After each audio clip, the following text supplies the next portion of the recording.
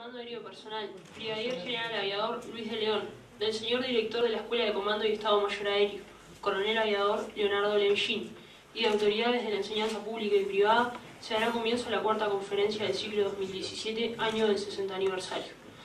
La disertante del día de la fecha, la máster Susana Mangana, expondrá sobre el Estado Islámico.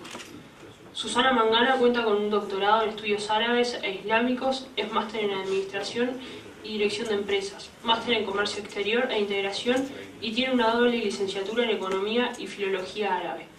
Es docente e investigadora de alta dedicación de la Universidad Católica, profesora titular de la Cátedra de Islam y Mundo Árabe de la Facultad de Ciencias Empresariales, docente grado 3 de la Facultad de Derecho para la licenciatura en Relaciones Internacionales de la UDELAR y docente contratada por ANEP para los cursos de formación permanente del área de secundaria. Actualmente, desarrolla 2 líneas de investigación sobre la presencia del colectivo árabe y musulmán en la región. La primera desarrollando un exhaustivo trabajo de campo en ciudades de frontera de Uruguay y Brasil, y la segunda centrada en las transformaciones políticas que se producen en el Medio Oriente a partir de los procesos de revuelta organizados en 2011. Es intérprete de árabe e inglés y analista de política y asuntos internacionales en diversos medios de comunicación nacionales e extranjeros. Finalizando la presentación, cabe destacar que integró diversas misiones oficiales, entre las que se encuentran las realizadas al Líbano en 2014, para la selección de las familias de refugiados sirios reasentados hoy en Uruguay. Muchas gracias. Bueno, gracias a todos. Perdón por esta demora, pero vengo de otra clase y esto queda un poquito lejos cuando hay un tráfico importante a estas horas en la ciudad. También porque la presentación no es que use siempre la misma para todas las instancias. La había preparado la semana pasada para otra presentación más general y me pareció que había quedado bastante bien o relativamente concisa para todo lo que quiero decir, pero incluía algunos otros mapas, algunas otras transparencias y por eso me interesaba que apareciera el tema. No es que traigo la misma a todos lados, es un detalle, pero a veces esos detalles cuentan. Bueno, es un gusto estar aquí, agradezco mucho a Coronel Levillín que me haya invitado. Veníamos ya trabajando esta instancia desde hace unos meses vía email, hoy se concreta. Yo tiendo a hablar, se me escucha ahí, porque no sé si el micrófono está realmente haciendo lo suyo, pero bueno, tengo buen caudal de voz. Hablo rápido, algunos ya quizás me han escuchado en alguna otra oportunidad, o quizás en alguna conferencia abierta en el IMES, donde también soy instructora, en la cátedra de geoestrategia, que es geoestrategia y derecho política del mundo islámico. La idea para hoy es trabajar, además de este grupo ultra radical, que no podemos digamos, abarcar toda la temática, es comprender qué está pasando hoy, el estado de la cuestión, el estado del arte, como se dice ahora, en Oriente Medio, con un foco muy especial en Siria. ¿Por qué? Porque yo creo que Siria es el gran pantano en el que muchos se están embretando y no se sabe cómo vamos a salir de ahí, ¿verdad? Y por lo que yo puedo percibir, la solución no va a venir por el lado de lo militar. Perdón, voy a quedarme aquí. Bueno, estaba un poquito más dentro de mi dedo. Aquí tenemos un mapa de la región, de lo que llamamos norte de África, Magreb, Oriente Medio, señalado en verde Siria. Voy a intentar dar un panorama primero de lo que está sucediendo en Siria y a partir de este conflicto ver cómo están posicionados algunos jugadores en la región, pero también a nivel internacional, porque como digo, me parece que hablar hoy de la geopolítica actual en Oriente Medio no remite necesariamente a este conflicto. ¿Es el único conflicto que tiene el mundo musulmán? Por supuesto que no. Tenemos el histórico y ya muy enquistado conflicto palestino-israelí, hay que llamarlo así, no árabe-israelí, porque en realidad los países árabes tienen otras preocupaciones, como es, por ejemplo, la guerra sectaria entre suníes y chiíes. Tienen una guerra en Yemen muy poco comentada en los medios que manejamos a diario. Existen sí las noticias sobre Yemen, pero evidentemente no se cubre con el igual tesón, no se cubre con el mismo tipo de objetivo que se han cubierto otros conflictos. También tenemos que hablar, por ejemplo, del conflicto, que quiere decir que los árabes no tienen entonces hoy como prioridad resolver su relación con Israel. Jordania, Egipto han firmado una paz, a veces un tanto frágil, un tanto volátil, pero evidentemente su prioridad hoy, especialmente en Egipto, no es agitar la causa palestina de ninguna manera, con lo cual hay que llamarlo el conflicto palestino-israelí, que es el que está realmente en punto muerto desde hace ya varios años. Tenemos otros conflictos, algunos de ustedes quizás los han oído, mencionar a través de observadores que Uruguay también ha tenido en Cachemira, por ejemplo. En Cachemira también una región disputada por Pakistán, por la India, donde los habitantes profesan la fe del Islam. Tenemos otro territorio también ocupado por Marruecos, como es el Sáhara Occidental o el ex-Sáhara español. Allí quien gobierna en ese lugar, quien gobernarlo es la República Árabe Saharaui Democrática, la RASD, con lo cual es además Uruguay, el gobierno de Uruguay en el primer mandato del doctor Vázquez reconoció en el 2005 a la RASD como el vocero y como el representante legítimo de los saharauis, con lo cual hay muchos otros conflictos, pero yo creo que ninguno del porte y de las implicancias que tiene hoy este conflicto de Siria. Por eso es que yo me decidí a acotar el tema, porque hablar de geopolítica del mundo musulmán, aquí está el profesor Márquez también, que sabe muy bien, me obligaría a ir a las bases históricas, a hablar también de otras cuestiones, como por ejemplo el nacionalismo árabe, los proyectos fallidos de unificación de una suerte de gran nación árabe, entre Egipto, Siria, que nunca se concretó, o por lo menos no duró mucho tiempo. Entonces no tenemos horas como para hacer eso, es una conferencia, no un curso, ¿no? Eso ya lo venimos hablando con el coronel, quizás a futuro se pueda tener otro tipo de margen de horario, con lo cual ahí podremos ir un poquito más despacio. Acotando mucho el tema, y por eso hago esta introducción tan grande pidiendo las disculpas del caso, pero que creo que igual van a ver que he pretendido hacer un panorama y una radiografía muy actual de lo que yo entiendo que está ocurriendo. Siempre ese análisis tiene una carga subjetiva importante, pero ¿quién no la tiene, ¿no? Cuando uno está haciendo perspectiva hacia el futuro, sobre todo. Pero aquí tenemos el mapa de lo que fue la cuna de la civilización agrícola, porque hay que recordar que Damasco fue ya capital del imperio Omeya desde los inicios de lo que fue el imperio islámico. Tenemos allí la cuna de esa civilización, el río Éufrates y el Tigris también, la Mesopotamia, Babilonia histórica, hoy se le llama más el creciente fértil, con un país, esto funcionará, como el Líbano al sur de Siria, que es un país muy chiquitito del tamaño de Tacuarembó en Uruguay y que está muy masificado, tiene aproximadamente entre 5,5 millones y 6 millones de personas residiendo allí, no todos libaneses, pero la inmensa mayoría, pero también han acogido, han recibido a más de 1,5 millones de refugiados sirios desde el 2011 a la fecha, que están inscritos con ACNUR. También tienen, por ejemplo, ciudadanos de Etiopía y del Cuerno de África que están allí como inmigrantes económicos, con lo cual es un país que ha sufrido directamente, le repercute lo que ocurre en Siria y que muchos utilizaron como un teatro de operaciones. ¿Sí? Bueno, aquí tenemos entonces Alepo, esta ciudad que fue liberada de la presencia de facciones beligerantes rebeldes, en la prensa se les llama así, pero también de los grupos islamistas radicales, no solo Daesh o Estado Islámico. Yo prefiero el término, el acrónimo en árabe que el término ISIS en inglés o Estado Islámico, pero bueno, comprendo que la prensa nos lo está introduciendo un día y otro también.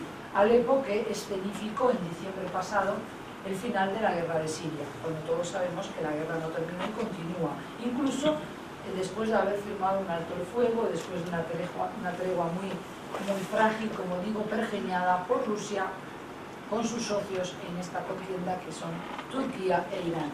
Este tipo de conflictos producen extraños compañeros de cama, ya lo saben ustedes, y una de estas relaciones extrañas es la de Turquía y de Rusia, porque recuerden ustedes que Turquía y Rusia estuvieron a punto de romper relaciones por lo que fue el bombardeo al caza ruso, ¿verdad? Con lo cual, hay Rusia y Turquía en noviembre del año 2016 a punto de romper esas relaciones y hoy están un poquito mejor, un poquito más amigados, también porque Turquía necesita otros portavoces ahora que está en horas muy bajas en su relación con la Unión Europea. ¿Por qué es eso? Pues porque a partir de julio de 2016, cuando hubo ese golpe de Estado, un intento de golpe de Estado, se inició una purga a todos los niveles, sobre todo estatal, pero también a nivel de perseguir estudiantes, profesores turcos en el exterior, residentes en Qatar, por ejemplo, y yo creo que no es una novedad para nadie decir que Erdogan, el presidente de Turquía, está embarcado en este proyecto neo-otomano de ser el nuevo sultán, el nuevo líder absoluto de la Turquía actual, con con lo cual esto le ha traído muchas críticas en la Unión Europea y se acerca hoy a Rusia porque entiende que la Unión Europea no va a conseguir nada en concreto. Bueno, ahí tienen un poquito datos básicos de la capital, el idioma es el árabe, la población aproximadamente. A veces algunas estadísticas te dicen que son 21 millones o eran 21 millones antes de la guerra. Aquí tenemos también el PBI, el índice de desarrollo humano, como ven ustedes, el puesto 149 del mundo. A mí, más que estos datos fríos que no representan mucho, me interesa decir que Siria era un país con un fuerte sentimiento, digo era porque las cosas han cambiado, pero con un fuerte sentimiento nacionalista árabe, pero además se supo vender como el último bastión del nacionalismo árabe ante la comunidad árabe en general, ante los musulmanes, pero también haciendo frente, por lo menos en el discurso, en la retórica, a Israel. Pero también fue, como dije, cuna de civilización y por tanto tenía mucho prestigio entre los árabes porque sus universidades formaban buenos profesionales. Aquí tenemos esa composición étnica que es importante destacar. ¿Por qué es tan difícil para nosotros occidentales comprender lo que ocurre en Oriente Medio? Yo creo que, primero que nada, porque hay una gran ignorancia de nuestra parte. En general hemos desconocido la pluralidad, la diversidad, no solo cultural, idiomática, que existe en aquella región, sino que también existe una riqueza religiosa, una amplitud de ofertas religiosas que no conocemos aquí, no solo en Uruguay, quiero decir, en nuestra cultura occidental. No todos los musulmanes son árabes, ni todos los árabes son musulmanes. Como no tengo tiempo, os haría preguntas y os intentaría sacar cifras, vamos a acelerar el proceso. Simplemente a título de ejemplo, si alguien sabe cuántos musulmanes hay en el mundo. ¿Alguien tiene una idea? 1.600 millones. ¿Cuál es el país que tiene mayor cantidad de musulmanes en el mundo? Ya lo dijeron, ya me lo han escuchado decir muchas veces, lo han estudiado también, Indonesia. Indonesia, que está en Asia, no es un país árabe, por tanto, pero tenemos un Pakistán también con gran cantidad de musulmanes, tampoco es árabe. Turquía no es árabe, son turcos, sorpresa. Todo el mundo habla de las telenovelas turcas y muchos creen que son árabes, pero no son árabes, no hablan árabe, hablan turco. ¿Sí? Entonces Siria es un país árabe y de mayoría musulmana, es decir, la mayoría de los habitantes profesa la fe del Islam, pero también tenemos cristianos de distintas iglesias. Estamos acostumbrados a hablar de la católica, pero en Oriente Medio no es el catolicismo el más fuerte, sino que es el rito greco-ortodoxo. La semana pasada, además de lamentar el atentado de Manchester, tuvimos que lamentar el atentado contra los cristianos coptos en Egipto, que son un 10% de la población, lo que equivale a 10 millones de personas. Se los emboscó como a conejos y los mataron así, salieron del pick-up los terroristas, los balearon, no dejaron a nadie vivo, madres, niños pequeños, muchos más niños que en el atentado de Manchester. ¿Significa eso que digo que no hay que llorar lo que ocurrió en Manchester, no hay que buscar soluciones? Por supuesto que no, pero también tenemos que lamentar los muertos cuando los ponen ellos, los otros. Y estos son cristianos coptos del rito copto de Alejandría, también de Etiopía. Tenemos los maronitas, melquitas, muy fuertes en el Líbano, pero también en Jordania, en Siria. Los del rito caldeo hablan el arameo en las iglesias, el siriaco.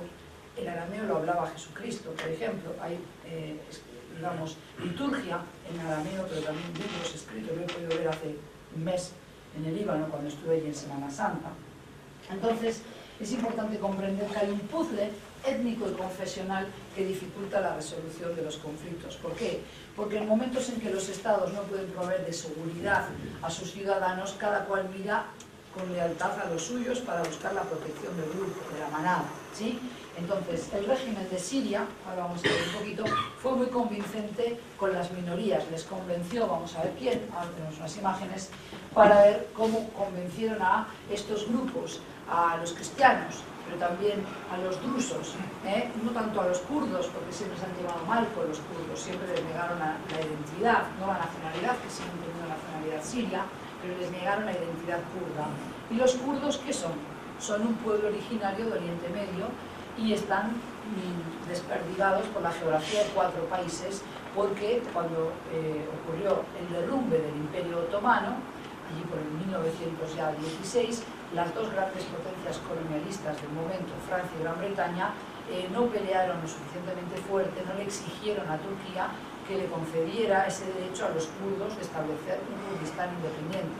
Con lo cual, Tenemos a los kurdos distribuidos entre Turquía, el país que tiene mayor cantidad de turcos, Siria, apenas 2,5 millones acá, en el norte, en esta zona, pero también tenemos kurdos en Irán y en Irak, donde sí gozan de una autonomía importante.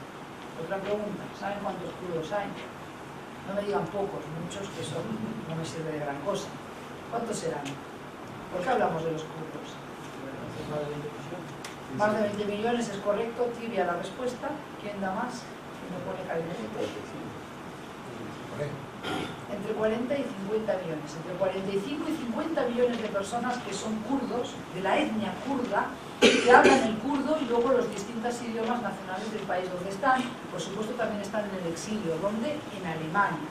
Pero también tenemos representantes de los movimientos kurdos aquí en Latinoamérica, concretamente en Uruguay, que hay una persona, una activista por la causa del PKK, del Partido Histórico de los Trabajadores del Kurdistán, cuyo líder está encarcelado desde el 1990 en una cárcel de máxima seguridad en Turquía, Abdallah Öcalan. Y aquí tenemos un activista de ese movimiento por el confederalismo democrático. Ya no buscan la independencia, sino que buscan la soberanía, una autonomía elevada para vivir en un sistema de comunas, ¿de acuerdo? Pero ¿por qué hablo tanto de los kurdos o le dedico estos minutos? Porque son casi 50 millones de personas que saben que tienen derecho a una tierra propia y se lo han negado desde hace más de un siglo. Pero es que además ahora son ellos los que están luchando contra el Estado Islámico. Con lo cual, una vez que termine esa lucha, y ahora tienen gente entrenada, los peshmergas, tienen el territorio donde controlan, donde viven, y tienen también en Irak, por ejemplo, acceso a los yacimientos de petróleo, con lo cual tienen dinero. Si ahora Occidente se vale de los kurdos para luchar contra el nuevo monstruo internacional que es Daesh, y después no les dan esa autonomía, lo que estamos generando es rabia, frustración, desencanto y en última instancia odio hacia Occidente, ¿verdad? Por lo que ha sido su manipulación.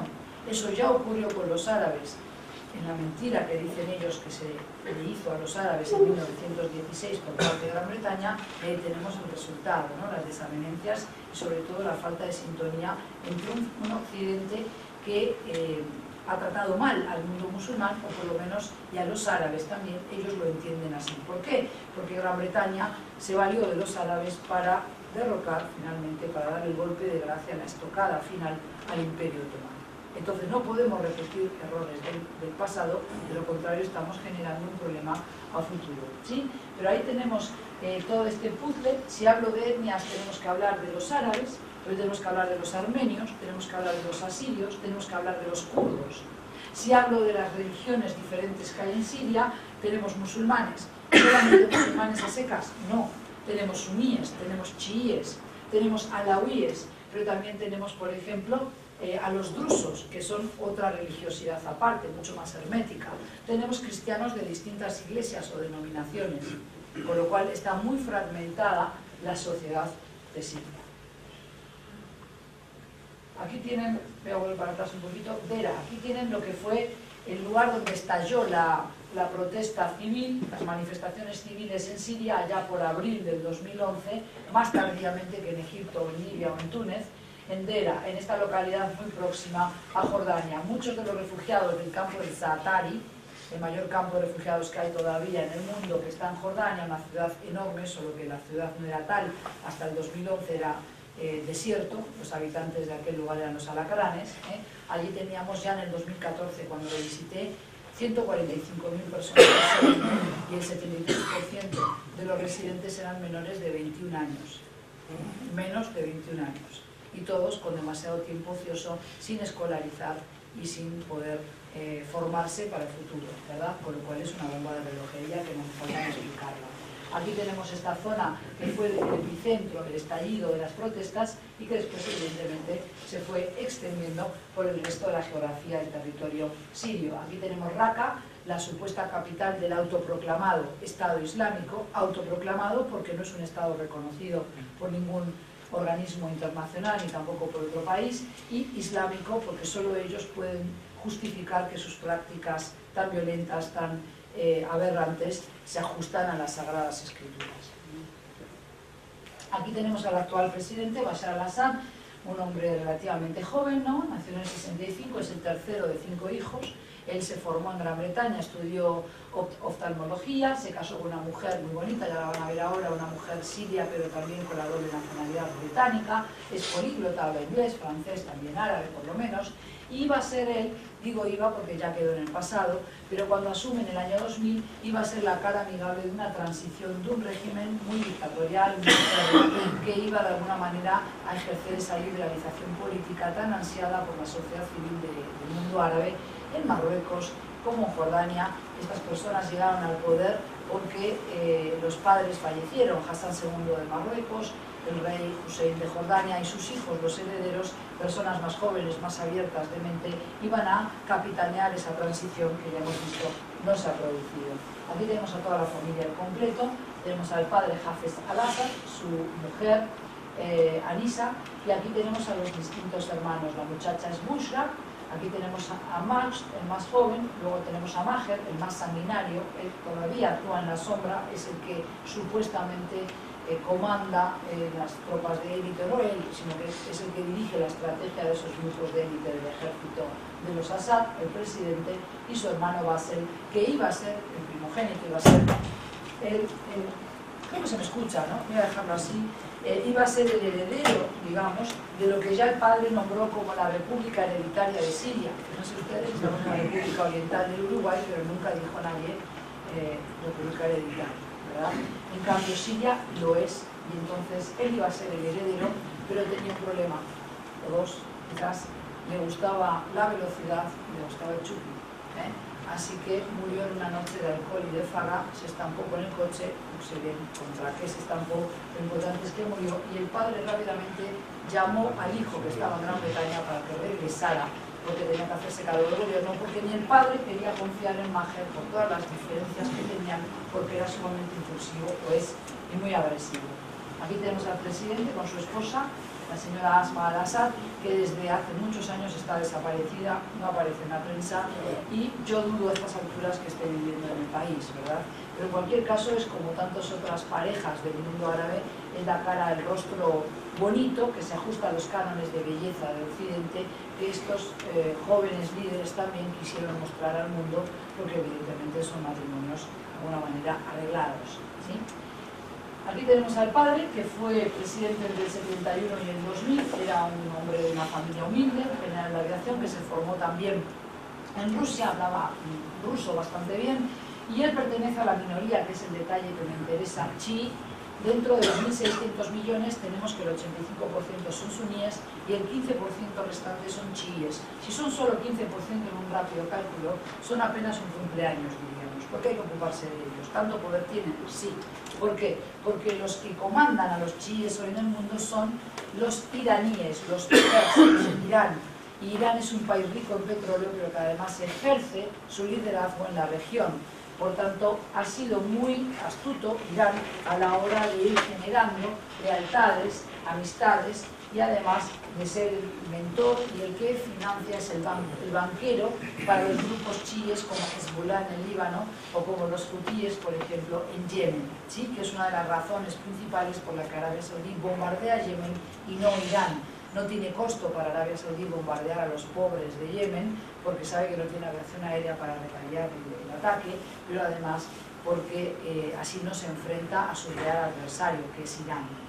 El enemigo hoy de Arabia Saudí no es Israel, no es Egipto, no es el Estado Islámico, quizás, pero el Estado Islámico, como surgió con fuerza, también se va a terminar con fuerza, ¿sí? El verdadero adversario de Arabia Saudí es Irán y además hay importantes evidencias de ello. Una vez más, el presidente de Estados Unidos ha apostado por los saudíes y no por Irán, y ahí vemos lo que ha sido la primera gira al exterior, que siempre se mira con lupa qué país elige ir, primer país que visita Arabia Saudí. Y eso es de parte de un presidente que hizo campaña electoral con un discurso de rechazo al Islam y con vetos migratorios que prohibían la entrada de ciudadanos musulmanes de 7 países. ¿De acuerdo? Bien, aquí tenemos a Hafez al-Assad, entonces, un hombre astuto, muy astuto, que supo ir escalando, ascendiendo en la carrera militar, pero también en el gobierno, poniendo a la gente leal a él, alawíes, por tanto, en el poder. Son una minoría muy minoritaria dentro de los chiíes, pero son gobierno en ese país, en Siria, y además fue muy astuto a la hora de venderse al resto de las naciones árabes como el verdadero defensor de la causa de los árabes, el que hacía frente a Israel, cuando en realidad la frontera entre Israel y Siria en la meseta del Golán, los altos del Golán que están ocupados por Israel desde la guerra de los 6 días del 67, ha sido la frontera más tranquila de cualquier país árabe con Israel. Hace 44 años que Siria no dispara un solo tiro contra Israel. Y eso también lo sabe el amigo Netanyahu, primer ministro de Israel. 5 años de guerra y ahí tenemos el legado letal que ha quedado, ¿verdad? Más allá de algunas cifras, si están correctas o no, lo que sí sabemos es que hay muchos niños, muchos, demasiados, que están sufriendo el impacto de esta guerra, la falta de suministros, la falta de agua potable, la falta de luz, la falta de alimentos, ¿verdad?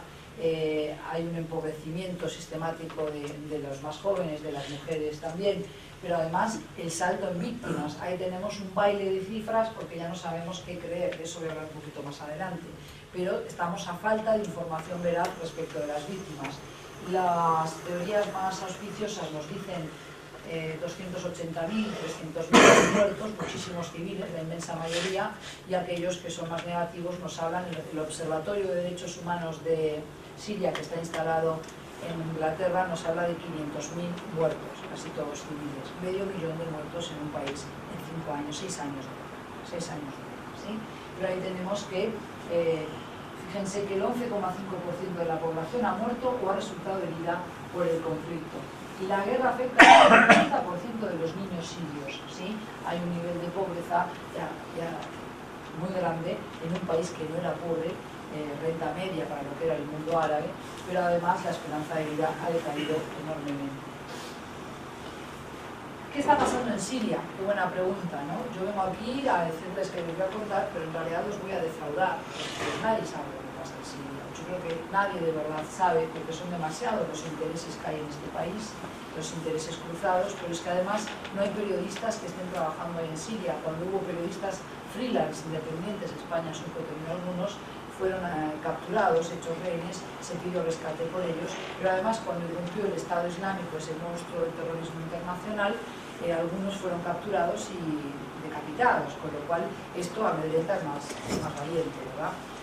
Además hay tantos checkpoints, tantos controles militares hoy, no militares en el sentido de que son las Fuerzas Armadas Sirias, sino de los grupos beligerantes, que solamente en coimas, solamente en peaje, habría que gastar una fortuna con el miedo siempre de que te detengan o te lleven preso y no sabes qué pasa contigo, ¿verdad? Entonces es muy difícil saber lo que pasa en Siria, porque lo que yo vengo observando es que hay una gran desinformación. Eso lo puse en inglés, eso lo leemos todos y lo entendemos todos. Depende mucho de los medios de comunicación que uno esté habituado a utilizar. Si leemos Sputnik y leemos RT de Rusia en la actualidad, que está en castellano, una página muy ágil, muy amigable, muy fácil de acceder a ella, además con buenas infografías, yo la utilizo, como no, para clase. Uno está leyendo la visión del conflicto que Rusia quiere darnos. Cuando digo Rusia, digo el señor Putin, la KGB, ¿verdad?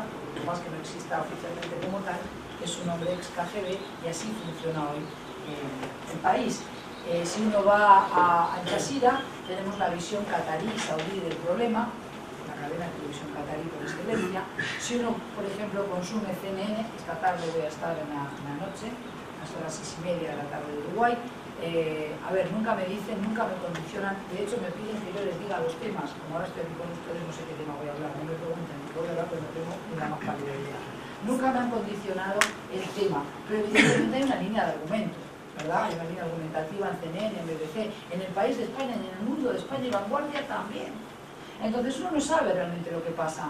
Todos habrán visto alguna vez el video de la famosa monja argentina, que dice que ella vivió allí, que esto no es una guerra civil, que esto fue una manipulación de terroristas llegados del exterior. Sí, claro que sí. Chocolate por la noticia, le diría yo. Pero ella vio una parte del conflicto, tampoco está en todas las otras localidades y tampoco podemos decir que el gobierno y el ejército de Siria son totalmente inocentes. Hay sobradas evidencias y reportes de agencias independientes o todo independiente que se puede ser en este tipo de conflictos que dan fe de que el ejército y el régimen autoritario de los Assad recurrió a armas químicas, no solo ahora en Han Sheikhoun, en abril pasado, sino también en el 2013, ¿verdad? Con lo cual, para mí, un gobierno que recurre a armas químicas para gasear a su población deja de ser legítimo. Pero claro, no debo mentirles, yo no sé bien cuánto creer. Hay muchas imágenes que circulan en las redes sociales que yo creo que ayudan a construir un relato, una narrativa que sirva a los intereses de las distintas ideologías que están ahí en juego. La de Rusia, la de Estados Unidos, la de la Unión Europea, la de grupos como, por ejemplo, los frentes yihadistas a los que financian Arabia Saudí, Qatar, quizás no el Estado, pero sí particulares y organismos de beneficencia que tienen un pie en todos estos países. Con lo cual es muy difícil saber cuándo nos cuentan la verdad. Y muchas de esas imágenes que circulan de niños muertos, los cadáveres de los niños después de un ataque químico, nunca sabremos si son de Siria o son de Gaza, por ejemplo. ¿De acuerdo? Y entonces eso a mí me preocupa, ¿no? Hasta qué punto estamos expuestos, porque hoy todos nos manejamos con este endiablado aparatito, es muy fácil estar en las cadenas de WhatsApp y empiezan a pedir oraciones por unos cristianos que van a ejecutar en Afganistán, que ya lleva 4 años circulando eso.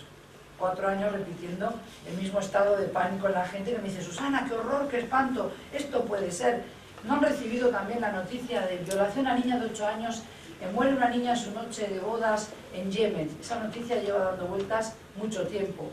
Lamentablemente no es la única, no es de ahora, y seguramente hay muchas más niñas de 8, 10, 12 años, los que sea que tengan, que también sufren ese tipo de vejaciones y de humillaciones, pero no podemos seguir repitiendo todo, porque si no nos convertimos nosotros en cadenas de transmisión de voceros de lo que otros quieren transmitir, ¿verdad? Y eso no ayuda a tener una realidad del conflicto más ajustada a lo que ocurre, ¿verdad? Sino que están siempre jugando con nuestra psique, con nuestro morbo también. Yo hablo de la guerra de Siria como en 3 niveles, el doméstico, el regional y el internacional, a eso lo quiero resumir. Aquí tenemos algunos países que rol están jugando, lo vamos a volver a ver. Por ejemplo, Estados Unidos, evidentemente opuesto al Estado Islámico, a Daesh, pero también al régimen de Bashar al-Assad. Obama hubiera preferido que Bashar al-Assad se retirara del poder, como ocurrió con Mubarak, como ocurrió con Gaddafi, pero no estaba dispuesto, yo creo, hasta cierto punto el presidente Obama a mojarse, a implicarse en el conflicto de Siria. De alguna manera fue una actitud hipócrita, porque hablaba, decía que querían que cambiaran las cosas en Siria, pero no estuvo dispuesto a una intervención en serio en Siria, y eso es algo muy al estilo de Trump, pero es algo que le recriminó el propio Trump, ¿sí? Tenemos también a países como Turquía, por ejemplo, que desde el principio se opuso a Bashar al-Assad, pero también a los separatistas kurdos. Aquí aparecen los intereses de Turquía. A Turquía no le preocupaba hasta hace algún tiempo, hasta julio del año pasado, cuando también Daesh puso un petardazo en el aeropuerto de Estambul. Hasta entonces no le preocupó el Estado Islámico, le preocupaba la beligerancia de los kurdos, porque sabe que se están entrenando, que reciben armas de todos los países involucrados en el conflicto, que quieren luchar contra el Estado Islámico y tienen miedo de que esas armas las volteen contra ellos, contra el poder en Turquía. Tenemos también a Francia, ¿verdad?, opuesto junto con la Unión Europea, por lo menos los países importantes como Gran Bretaña, como Alemania, ¿verdad? España y Italia ni pinchan ni cortan en este conflicto, creo yo, pero Francia opuesto también al régimen de Bashar al-Assad. Por eso es que yo creo que estuvieron más cómodos con la solución de que otros hicieran el trabajo sucio de sacarlo. ¿Quiénes son esos otros? Los grupos de oposición, que se llamaban, los grupos islámicos radicales financiados por las monarquías petroleras como Arabia Saudí, Qatar, Kuwait, Emiratos Árabes Unidos. ¿Por qué? ¿Por qué quieren sacar a Bashar al-Assad del poder? ¿Tan molesto les es? Y sí, porque Bashar al-Assad es chií, por tanto es un peón útil ¿de quién? De Irán. Y por esa razón quieren sacárselo de encima, porque es un aliado férreo, y ahora lo es más porque está endeudado con Irán, como con Rusia, de por vida, el régimen de los Assad, y por tanto les era molesto, porque era de alguna manera correa de transmisión de los ideales y los valores de la República Islámica de Irán a los ojos de otros árabes, y eso no le interesa a Arabia Saudí. ¿De acuerdo? Entonces hay intereses. Irán, evidentemente opuesto al Estado Islámico, pero también a los insurgentes sunitas, vale decir, a los yihadistas de cualquier otra facción. Y Rusia, que se opone al Estado Islámico, pero también a los grupos rebeldes, que son los que combaten a su amigo Bashar al-Assad. O sea, aquí hay un tablero de ajedrez, nunca mejor dicho, y todos mueven sus peones porque tienen sus intereses a cuidar. Cuando hablo del plano doméstico de la guerra comienza primero con manifestaciones pacíficas, como en el resto de los países del norte de África, Egipto, Túnez, a raíz de esa mal llamada primavera árabe, ¿verdad? Las razones ya las tienen ustedes. En Rusia, digo, en Siria no caen flores, caen morteros, caen armas químicas. No podemos ser tan tontos de seguir diciendo de primavera árabe, pero finalmente la prensa lo llama así, ¿verdad? Entonces, en aras de simplificar, yo también recurro al término por más eufemístico y irónico que sea. El nivel doméstico es que tenemos a un presidente Bashar al-Assad que al principio prometió cambios, prometió de alguna manera escuchar a su pueblo, pero nunca ejecutó esos cambios. Las manifestaciones, que empezaron siendo violentas, eran contestadas por una violencia importante, parte del régimen, que se llevaba hasta adolescentes en arresto, que practicaban una tortura sistemática y que además tenían francotiradores disparando, con lo cual sospechosamente también esas protestas civiles se fueron militarizando, de alguna manera se fueron armando los rebeldes. ¿Quién les daba las armas, verdad? No hubo tantas deserciones del ejército como para que se llevaran todo su rifle a cuestas, no se robaban los arsenales, con lo cual hay que preguntarse quién les daba, quién les proporcionaba esas armas y entrenamiento a la oposición, una oposición siempre débil en estos países, porque cuando tenemos regímenes tan autoritarios no permiten que crezca la oposición. Primero te dan un apercibimiento, te hacen ver los peligros de hablar y de denunciar y de delatar. Si continúas en la tuya, bueno, te van a cariñosamente invitar a residir en el exterior, y si todavía sigues en tus 13, sospechosamente se rompen los frenos de tu coche o apareces muerto en la bañera de tu casa, ¿no? Nada que no podamos sospechar, como ha ocurrido con otros regímenes igual de dictatoriales en Oriente Medio, en África y en otros lugares. Entonces tenemos un plano doméstico que afecta al país, tenemos la fractura social, la oposición enfrentada a un gobierno que no admite las protestas, que las repele, que las va a digamos, contrarrestar con una propaganda mediática del régimen. Tenemos el plano regional, donde los países en la región, como Israel, que no hemos hablado de él, opuesto a Bashar al-Assad, pero finalmente más vale lo malo conocido que lo bueno por conocer. Israel no quiere a los islamistas suníes, por ejemplo, del credo de los hermanos musulmanes en el poder, porque sabe que ellos apoyan a Hamás. Prefiere lidiar con Bashar al-Assad porque ya sabe cómo trabajar con este adversario, que finalmente es más en el plano discursivo que en los hechos, ¿sí?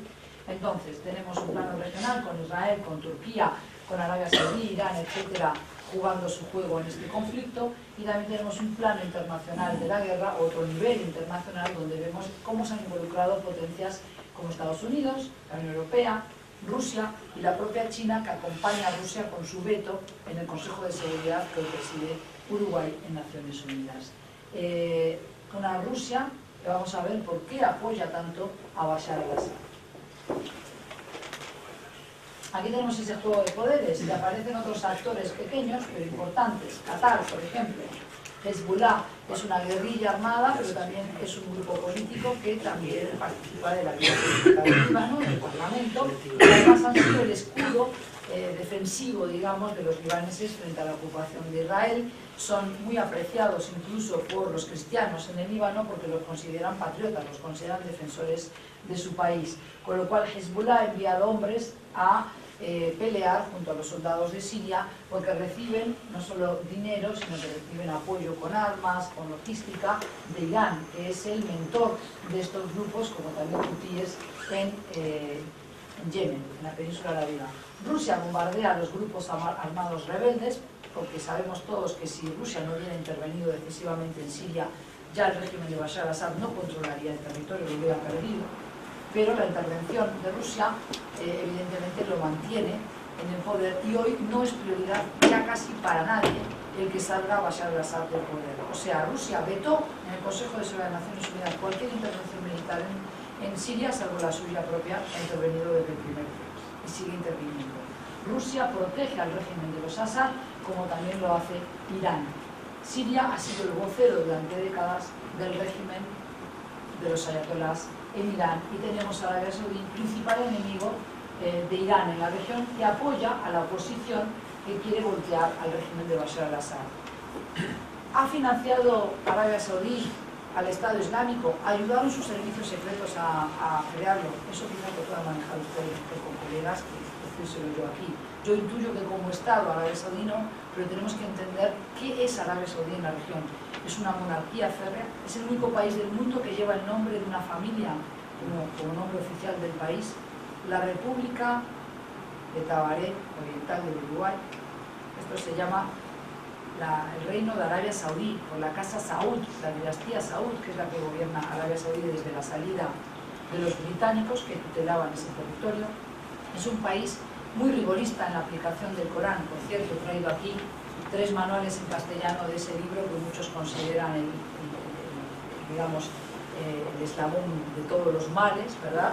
Vamos a ver si ese lenguaje es tan diferente al de los salmos de la Biblia o de la Tanaj de los judíos, pero en cualquier caso, Arabia Saudí es un país que aplica en rigor la Sharia, el código islámico, con todos los castigos físico-corporales para las penas importantes. Tiene la pena capital, la lapidación por adulterio solo para la mujer, en el caso del hombre latigazos. La semana pasada un alumno mío uruguayo, su padre es uruguayo, vive y trabaja para petroleras importantes en Arabia Saudí, le mandó al hijo una noticia muy macabra. A unos trabajadores suyos chinos se los llevaron arrestados porque habían consumido alcohol, los desnudaron así la camisa, los sacaron y les dieron 100 latigazos a cada uno.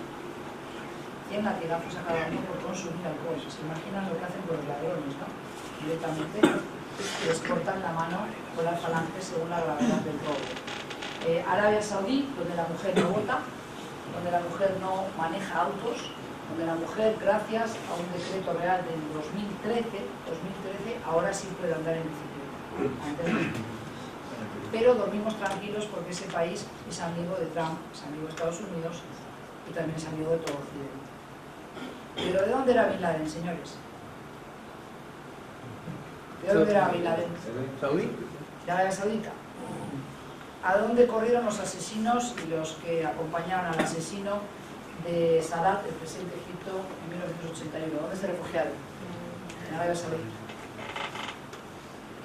¿Quién paga la publicación de estos Corán en castellano? Arabia Saudita. Y los cassettes y los videos, y ahora los DVDs de los imanes que tienen esos discursos tan de incitación al odio, al judío, al cristiano, Arabia Saudita. Pero está todo bien, porque Arabia Saudita es amigo. Es Irán el enemigo, el eje del mal es Irán. Es ahí donde tenemos que empezar a no consumir lo que la prensa nos repite machaconamente.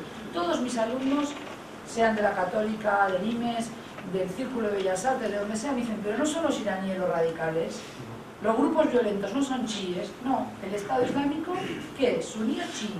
Suní. ¿Y Jamaat Islamiyya de Egipto? Suní. ¿Y Al-Qaeda? Suní. ¿Y Boko Haram? Suní, por si les queda alguna duda. Hay estudios de King's College, 94% de los atentados terroristas que se hacen en nombre del Islam son perpetrados por grupos suníes. ¿Quiere decir eso que yo digo que Arabia Saudí es un país terrorista? No. Simplemente digo que no me quieran convencer que Irán es el malo y Arabia Saudí es el bueno. Porque Arabia Saudí sí es responsable de diseminar toda esa ideología rigorista que no permite interpretar el Corán. Un chico joven de 18 años que estudia conmigo me dice, pero profe, esto estaba bien para cuando se reveló al profeta en el 7º siglo de la era cristiana, pero ahora no. Ya, pero en Arabia Saudí tú no puedes cuestionar la fe. En Arabia Saudí vale la frase que en Uruguay decimos de broma, me lo prohíbe mi religión. Así es muy fácil gobernar, porque te puedes escudar en la religión y decir quién eres tú para contestar las leyes divinas de Dios. Todo lo que el musulmán necesita para regirse en este mundo terrenal y vivir bien y seguir el camino recto, según Arabia Saudí, está aquí. No te puedes mover un ápice, porque si Dios hubiera querido cuestionar algo, ya lo hubiera hecho por boca de su profeta. Tú no eres profeta, a callar y a ejecutar. Con lo cual, es sumamente sencillo hacer eso. Pero Arabia Saudí es responsable de esa ideología que llamamos wahabismo o wahabí, que es la que nutre luego las fantasías de muchos grupos que cruzan la línea roja entre el activismo político y ya el activismo clandestino y el terrorismo finalmente. ¿De acuerdo? Eso quiero dejarlo así de patente y de claro. ¿Que Irán también tiene sus bemoles? Por supuesto que sí. Pero en Irán hay otra pluralidad política, hay otro ejercicio del criterio de la razón, y vemos, por supuesto, a las mujeres en otras condiciones diferentes a lo que viven las mujeres de Arabia Saudí. Tanto que nos llenamos la boca hablando de los velos y no velos, para mí es más importante que me dejen votar, que me dejen trabajar codo a codo con un colega, que me dejen ser profesora, por más que me tenga que llevar el velo, ¿entienden? El velo me lo quito y me lo pongo, es como un traje. ¿Quién dijo que para ser modernas y emancipadas había hablar a las mujeres de la sala que están uniformadas? ¿Por qué no vinieron con el animal print, los tacos y las minifaldas? Yo no uso eso nunca, no me veo cómoda en ese papel. Sin embargo, la mujer en Occidente solamente habla de feminismo con aquellas que siguen ese mismo modelo, pero no habla de feminismo con Rigoberta Menchú, con las indígenas, con las mapuches, ni con las mujeres musulmanas, porque solo aceptamos la causa del feminismo, en general digo, si buscan el mismo modelo o prototipo de emancipación. Y eso hay que cambiar, pues un discurso postcolonial del feminismo. Me encanta, somos muy modernas y emancipadas, por eso trabajamos 20 horas al día, llegamos a casa y queremos Tinelli, que todos sabemos que es un doctorado en filosofía, y las mujeres que salen allí, lo único que hacen es salir desnudas y mostrar silicona que se compra en alguna clínica. Esa es la emancipación que nosotros buscamos para las mujeres. ¿Se entiende? Y eso también hay que cambiarlo. Bien, sigamos con algunos actores de este juego de poderes. Turquía, Qatar, que también tienen su juego. Qatar, que siempre tiene una relación ríspida con Arabia Saudí, pero que preferiría ver que Bashar al-Assad sale del poder y que ha financiado y ha apoyado a grupos beligerantes, mercenarios llegados del exterior, como Jabhat al-Nusra. Jabhat al-Nusra, que es una célula de Al-Qaeda con la misma ideología que opera en Idlib, por ejemplo, una localidad importante, una ciudad importante, una región del norte de Siria. Si seguimos ahí con la oposición, tenemos distintos nombres, ¿no? El ejército de la conquista, el ejército de Siria, que se supone que llegaron los militares bien formados, bien entrenados, que desertaron del ejército. ¿Cuántos son? Difícil de saber, el gobierno lo niega, los del Observatorio de Derechos Humanos de Siria seguramente les dan la cifra. ¿Quiénes apoyan a los beligerantes, a la oposición? Bueno, desde Gran Bretaña, Estados Unidos, Arabia Saudí, Turquía y el propio Israel. En las sombras, para no tener problemas con los árabes, pero a nadie de los que estamos aquí le puede caber alguna duda de que Israel no está operando y no está vigilando con lupa lo que ocurre en una de sus fronteras, ¿verdad? Luego tenemos al grupo estrella del momento, Daesh. Ustedes no leerán árabe, pero aquí el lema lo que dice es la ilaha illallah, Muhammad Rasulullah, no hay más que Alá, Mahoma es su mensajero, pero una letra que casi se ve, no tiene que hablar árabe para darse cuenta, está dibujada casi como infantil. Este es el estandarte de ese grupo, Estado Islámico, que nos dicen que es el grupo de los terroristas más fuerte, más millonario, en base al rescate que piden por algunos hombres importantes, hombres de negocios, por el robo a los bancos, el saqueo a la gente allí donde controlan territorio, riquezas varias, no solo el petróleo, también, pero también, por ejemplo, el tráfico de arte que hay en Irak, en Siria, pero en cualquier caso yo creo que hay que buscar culpables en los servicios secretos de estos países que tienen intereses varios y muchas veces contrapuestos ahí en Siria. Igual que surgieron como un champiñón en el 2014, el día que decidan otros va a terminar cayendo, pero por ahora es esa amenaza que justifica la permanencia de un régimen como Bashar al-Assad, porque Bashar al-Assad dice, ¿quieren que yo me vaya? Miren los que se le vienen, miren cómo tratan a los cristianos, ¿ustedes quieren votar por estos locos de las barbas? Miren cómo se las gastan, decapitaciones, videos y demás, que ustedes saben que son una propaganda importantísima y que tiene una factura, una calidad técnica casi hecha en Hollywood. De hecho, hace ya años que yo dije y lo dejé por escrito, me entrevistó Cotelo, luego me pidieron que a mí y a un joven que estudiaba con un tema que lo dejara quieto, que no siguiéramos por ahí. Si lo hace Harvard está bien porque son norteamericanos, si lo hacemos desde Uruguay surgen los míos y dicen no, que nos van a matar los radicales, ¿no? Bueno, el caso es que lo seguí haciendo en mi tiempo, el poco que tengo, pero Al-Hayat y Al-Furqan son dos productoras que llevan años produciendo los vídeos. ¿Por qué nos han cerrado esas productoras? ¿Por qué siguen abiertas? ¿No es apología del terrorismo eso? Si yo aquí utilizo el micrófono que ustedes me dan y de noche en otro sitio para hablar pestes de algún colectivo residente en Uruguay, mañana voy presa o por lo menos a declarar. Esta gente sigue con la productora abierta en Francia y en Gran Bretaña. Por algo será. Pero además todas esas imágenes fabricadas donde se ve a jóvenes carilindos con una barba, un disfraz de guerrillero, pero con ojos claros, una cara bien europea para atraer no solo a hombres, sino también a mujeres que se acerquen a este movimiento para casarse con algún guerrillero. No se ve a un viejo barbudo, gordo y pelado, nunca te muestran a los feos, siempre a los carilindos, tomando Coca-Cola, un caballo alazán negro precioso, unas 4x4 modernas, ni un coche reventado. Bin Laden no era atractivo. ¿Quién se quiere vivir en una cueva en Pakistán? Ni loca me voy. Pero con estos carilindos todas sueñan con tener hijos con ellos. Pero esto está pensada, ¿verdad? Está pensada. No ves un gordo ni por asomo. ¿Qué pasa? ¿Que solo se eligen a los carilindos? Hablan distintos idiomas, los vídeos son producidos en distintas lenguas para seguir atrayendo a esa masa crítica de fracasados, como diría Trump, de los perdedores, los losers, ¿no? Yo no les llamo así, pero digo de los niní que tenemos en Europa y muchos. Y por qué no también del caso Peralta, ¿no? Del Paysandú.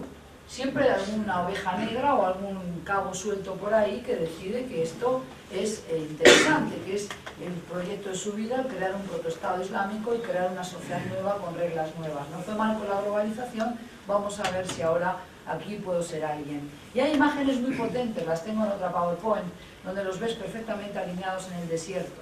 Detrás de ellos nada, la arena, y todos uniformados con el mismo tipo de traje, no se le ve la cara a ninguno, y las armas perfectamente puestas en el suelo como diciendo, ven, únete al grupo, hay un lugar para ti en el fondo. Y sí, hay gente que no se maneja bien con libertad, que quiere estar en grupo, en manada, pero que además necesita un líder que le diga, esto es así porque lo digo yo, vos hacelo y ganas el cielo. Hay gente que es así, porque la libertad implica responsabilidad, implica equivocarse, y quizás tengas suerte, quizás no. En cambio, si ejecutas lo que tu jefe te dice, siempre hay una recompensa, aquí en la tierra o en el cielo.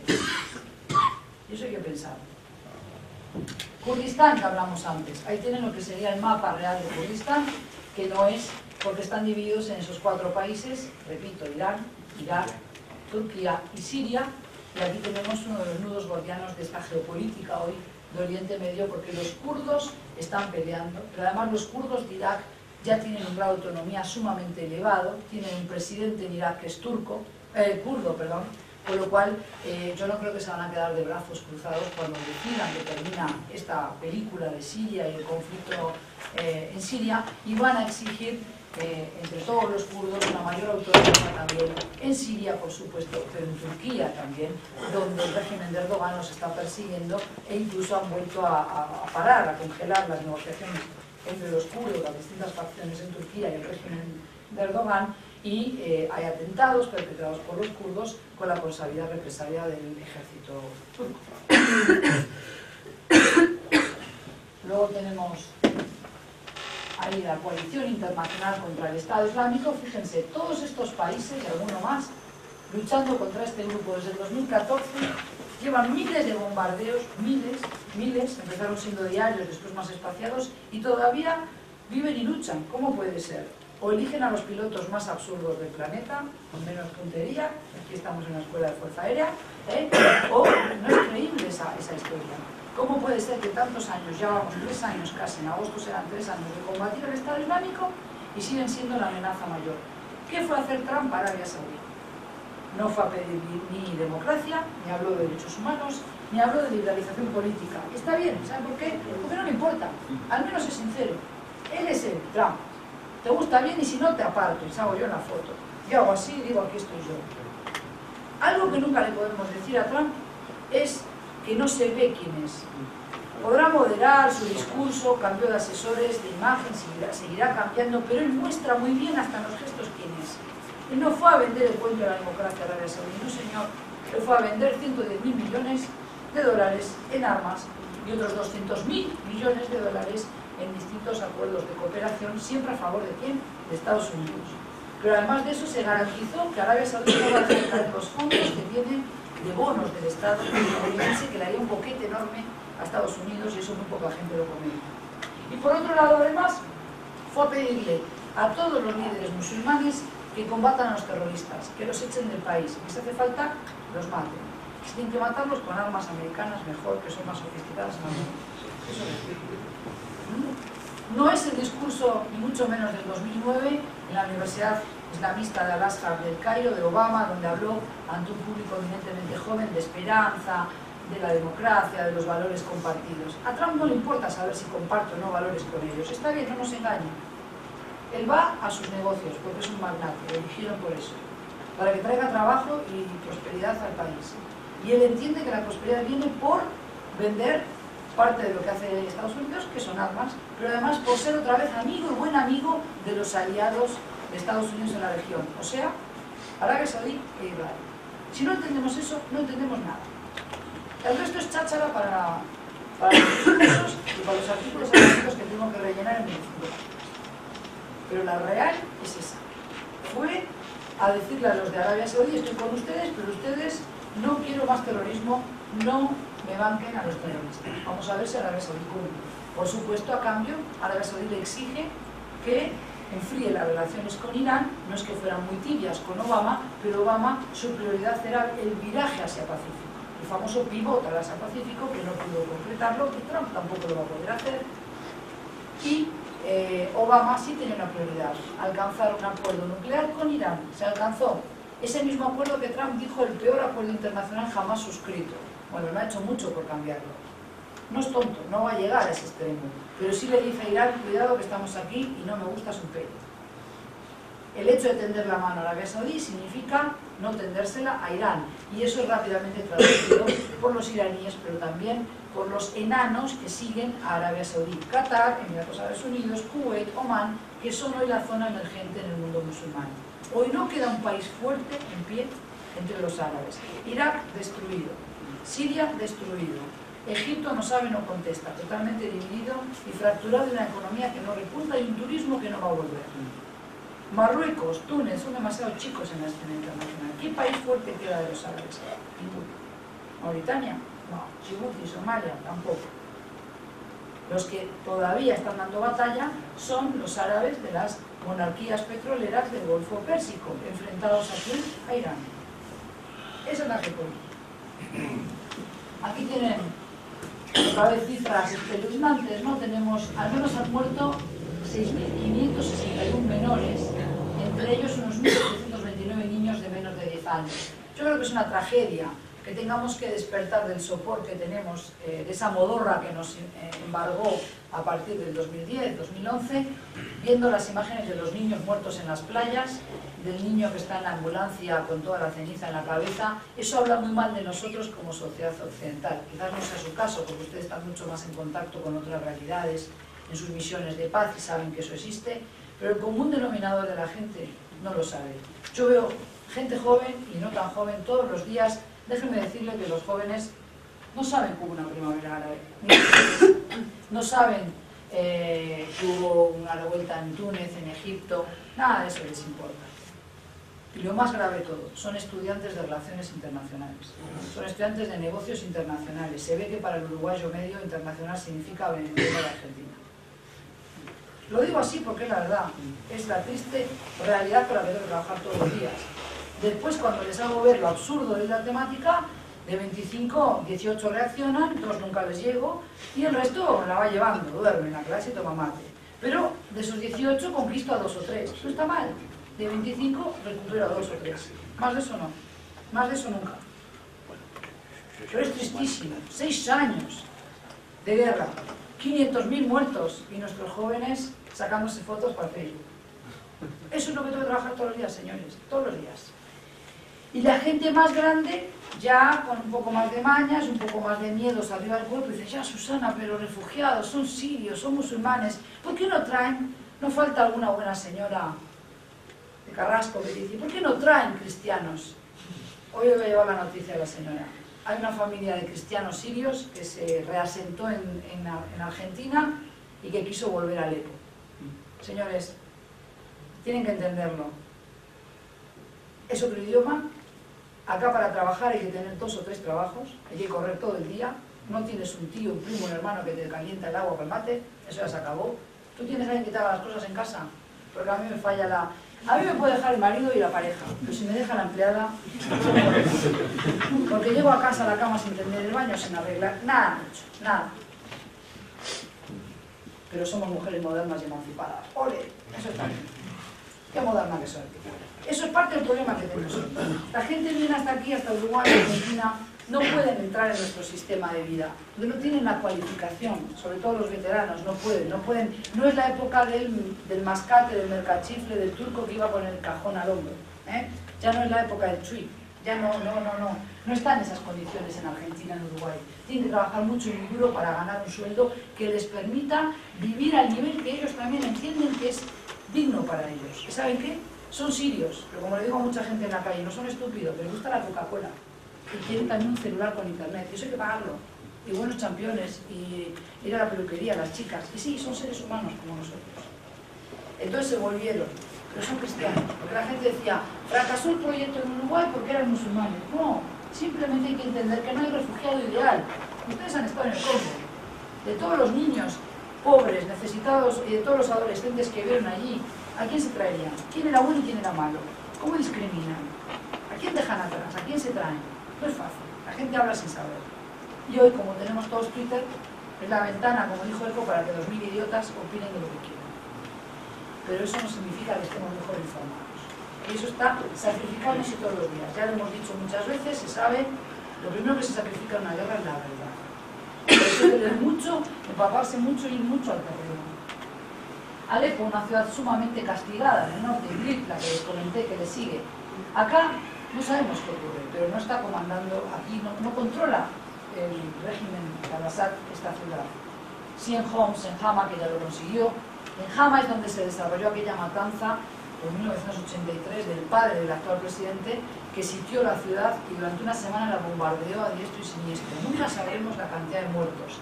Algunas cifras hablan de 15.000, otras hablan de 30.000. Hay que bombardear una semana una localidad chica y arrasar el pueblo, ¿no? Bien. Y aquí tenemos Damasco, la capital, que sí es controlada evidentemente por el régimen.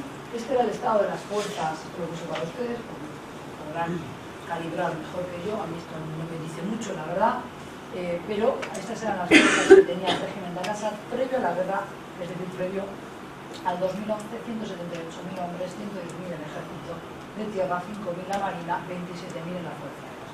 Eso evidentemente ha ido cambiando, pero aquí tenemos también las fragatas, ¿verdad? Y bases militares de Estados Unidos. Curiosamente, fíjense ustedes dónde están las bases militares. En el estrecho de Hormuz. El estrecho de Hormuz, por donde transcurre el 48% del petróleo mundial. Sí, le vamos a poner sanciones, decía Obama y otros presidentes antes que él, a Irán.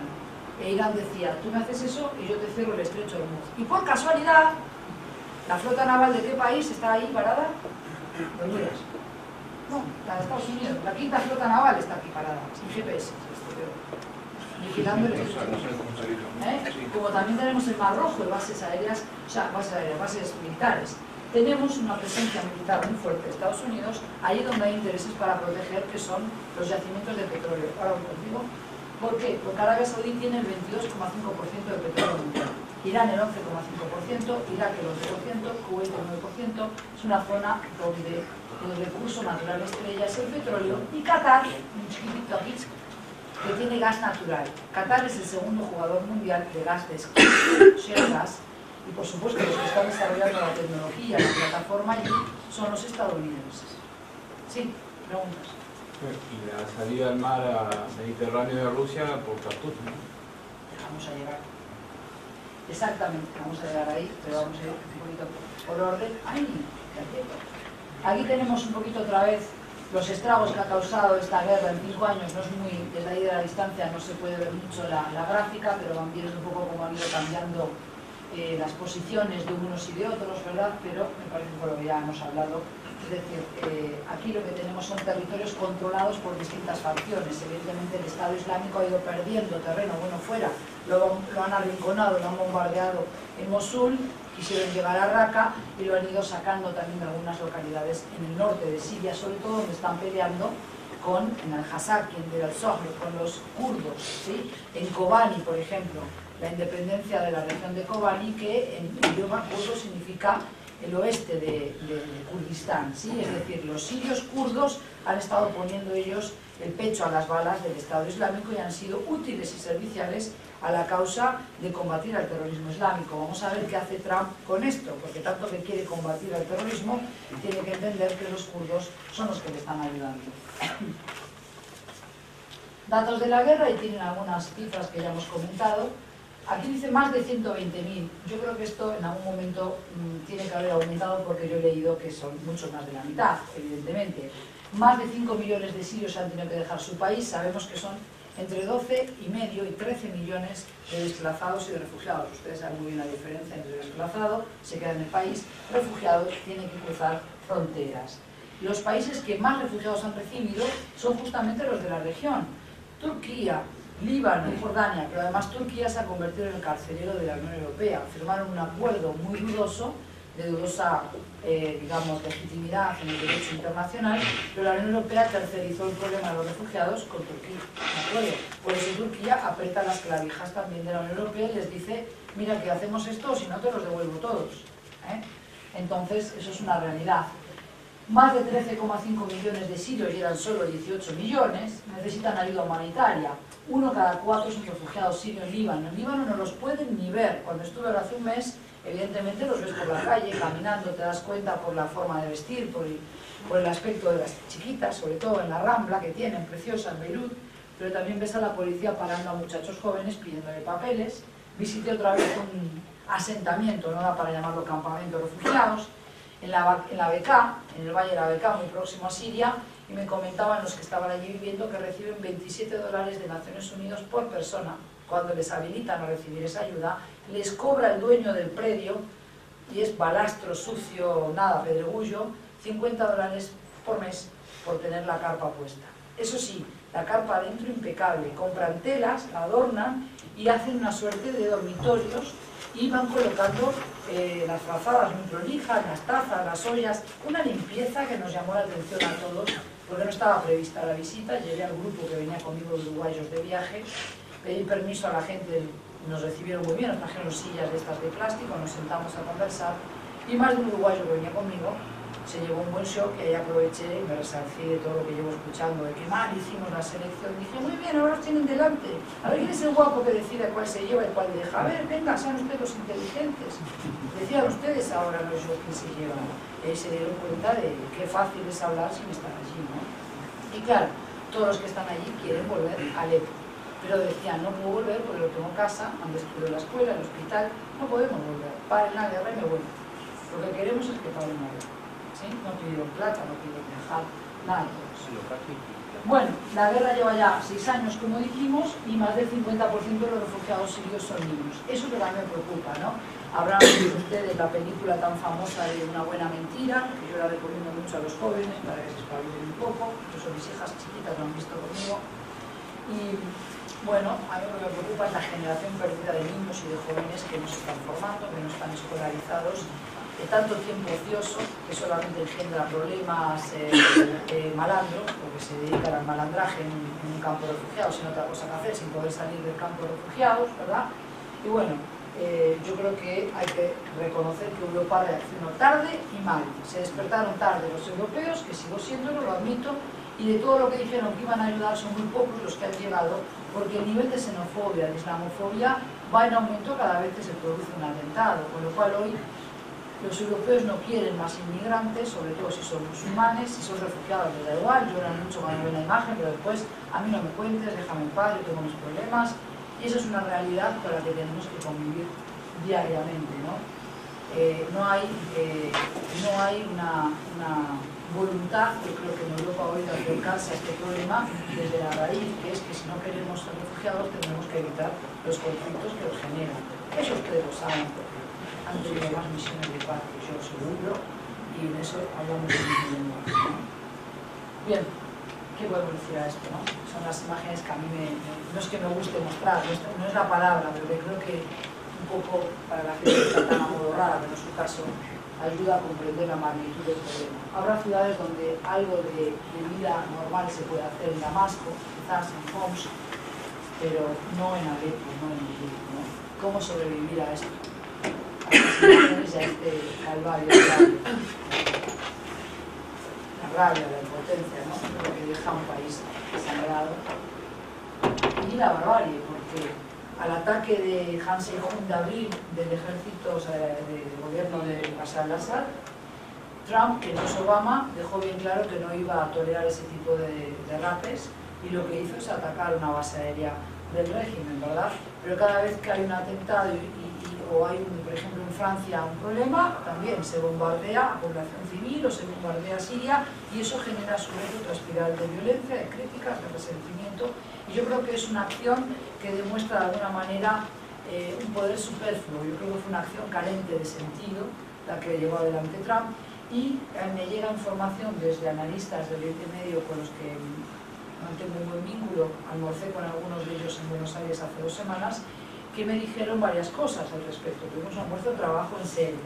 Entonces me decía este periodista Michael Young, lo pueden seguir, Michael Young es hijo de padre americano y madre libanesa, vive en Líbano, y él dice, sí, Susana, él parece que es viable pensar que Rusia estaba al tanto del ataque con armas químicas, pero estaban probando a Trump. Querían provocar la reacción de Trump y Trump se lo dio en bandeja, contraatacó. No es Obama. Bien, perfecto, no es Obama. Ahí, eso son acciones, son gestos, pero no constituye una estrategia como tal. Trump acaba de ir a Israel, a Arabia Saudí y el Vaticano. 3 lugares neurálgicos de las 3 religiones. Si alguien había por ahí escéptico del papel que la religión juega en la geopolítica, creo que habrá cambiado de opinión, y si no, lo recibimos en el Vilar de Bo, ¿qué podemos decir? ¿No? Pero realmente Trump, yo creo que tiene que darse cuenta que todavía eso no es una estrategia, no nos dice qué va a hacer para ser el facilitador en ese conflicto entre palestinos e israelíes. Dice, queremos la paz, como todos dicen, pero no dice qué pasos va a dar para ello. Es muy poco lo que nos puede quedar más allá de los símbolos, los gestos y las fotos de si Melania le dio la mano, si le hizo un desaire. Fíjense ustedes el nivel de superficialidad de los comentarios que manejamos en Occidente. Estábamos todos asustados porque llegaba Marine Le Pen al poder en Francia, ganó Macron, y al otro día, ¿de qué se hablaba? De la mujer de Macron, que es mayor que él, como diciendo, pero qué guaranga, ¿no? Que está con el tipo, y él, fíjate tú, no puede tener una mujer más joven, pero mira qué tonto que es, ¿no? Ese es el comentario que corre. O Melania, si se lleva el velo, no se lleva el velo, si se llevan bien, no se llevan bien. Ese es el grado de profundidad que tenemos muchas veces, o que lo utilizan otros para cortina de humo, ¿no? Para distender y dejar de hablar de lo serio. Observaciones. ¿Por qué no hay movilizaciones a favor del pueblo sirio? Esto lo preparé para ustedes. ¿Por qué? A mí me ha llamado la atención que la izquierda también latinoamericana, aquí sobre todo lo basé en algún argumento, hablábamos con estos especialistas de que les sorprendió la falta de apoyo de la izquierda francesa. Y yo me puse a pensar en clave de izquierda latinoamericana, lo que voy viendo de los años que llevo en Uruguay, y es poderosamente llamativo que la izquierda no se ha movilizado a favor del pueblo sirio, porque la causa de los sirios era de manual, de libro para la izquierda, una población indefensa que se subleva contra un régimen totalitario, autoritario, que pide libertades, no pide religión, sino libertades, y sin embargo es arrestada, es atacada, es ninguneada, es desoída, pero además luego vilmente atacada con armas químicas, vapuleada al tope, y sin embargo la izquierda no protesta con ahínco, ¿verdad? Entonces yo creo que hay una apatía de la izquierda, no solo europea, digo aquí, no me atrevo a decir latinoamericana porque quiero ser respetuosa con el país que me recibió, pero acá que me siento más protegida entre ustedes, lo digo, alto y claro. Yo no veo a la izquierda uruguaya protestando por esto, no por el ahínco que a veces veo que defienden a otros regímenes, ¿no? De otras cuestiones. Entonces, ¿dónde están los de la izquierda defendiendo esta causa del pueblo sirio, no el régimen, el pueblo sirio en la guerra? Existe, yo creo, también un agotamiento de la solidaridad internacional. Esto lo saben muy bien los palestinos, por eso recurrieron a Naciones Unidas, ¿no?